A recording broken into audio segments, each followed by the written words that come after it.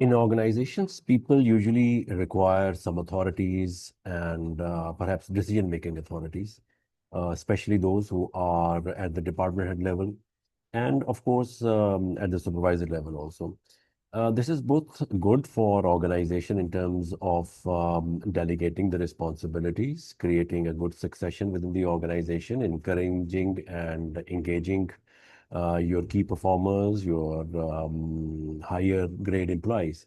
But unfortunately, there isn't any such mechanism in most of the organization available through which they could trash down those responsibilities, decision-making responsibilities or authorities to the junior level staff and of course to few of the head of departments as well. So organizations should make a decision making authority metrics or a kind of a decision authority metrics for them. So let me show you a quick look at that. It's a very simple thing. You don't have to invent any new thing. It's a very simple document that HR, with the help of their CEOs or the owners, they should develop that, or with the executive committee, all the senior heads. They should develop such a document.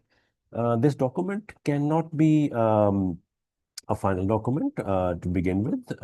You can there has to be an evolution of that document also. But let me show you a quick look at how that document will look like.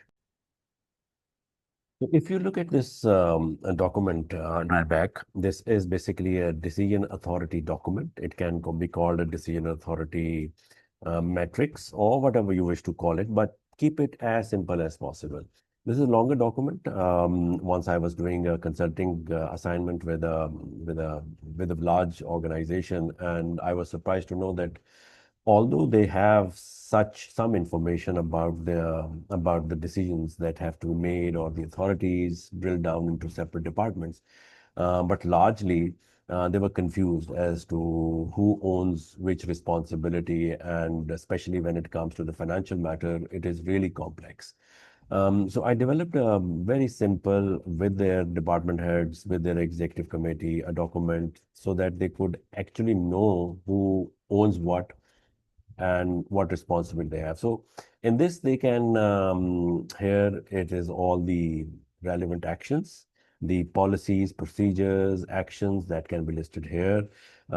Decision authority, this is the final authority. Who has the final authority over that? On advice of whom, after consultation with whom. So, um, and then there are, of course, you can write some comments or remarks on the right hand side column. But these three columns are very important. Who is the final decision authority? For example, making an implementation of HR manual or an HR annual plan. HR head has to be responsible for all these things. It's the final deciding authority for HR annual plan. After consultation with whom? With all the team leads, all the HR head, all the other department heads, or chief operating officer, or CEO, or the owner. In their department, in their company, it was team leads and CEO. So that was written.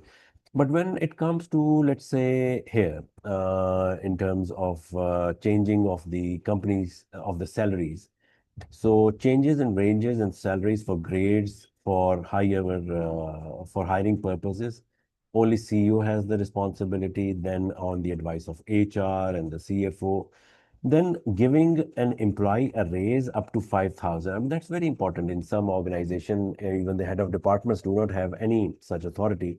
So that should be listed. I don't care if it is just 1,000 or if it is 10,000 or if it is 50,000 or 500 rupees, but there should be some authority with the head of department, or it should be written. If you don't want to give any authority to the head of department for raising that much of amount, it's your choice. But then again, there are departments of those people who are who have spent good number of years in their profession, in their with their organization. You should trust them with some amount. Then there are different other promotions, training and development, and now training and development also. Nomination of local training beyond 10,000. Who would be doing that? Nomination of local training up till 10,000. Who will be doing that?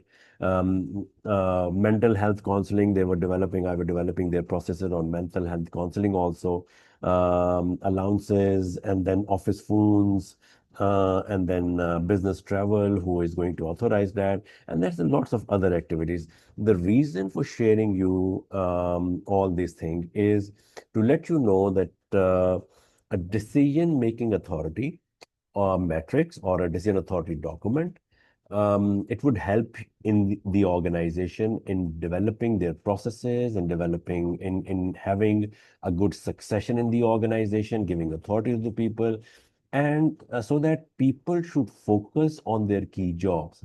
Yes, people may make some wrong decisions also if they're given this authority as well, but then they will learn out of it. Then there will be someone who will be teaching them. Perhaps it is the HR, it is your trainer, it is your consultant, it is your CEO, or it is the owner. People learn from mistakes, but once they are given the authority, they will feel ownership of their decisions also, and they would feel that then, yes, if they are making a wrong decision, they might be challenged as well at certain times. So this is a quick understanding about, and I'll appreciate if you could, if you have any questions, you can write to me, and we can handle those questions. But this is a good document that organization should make. Thank you very much.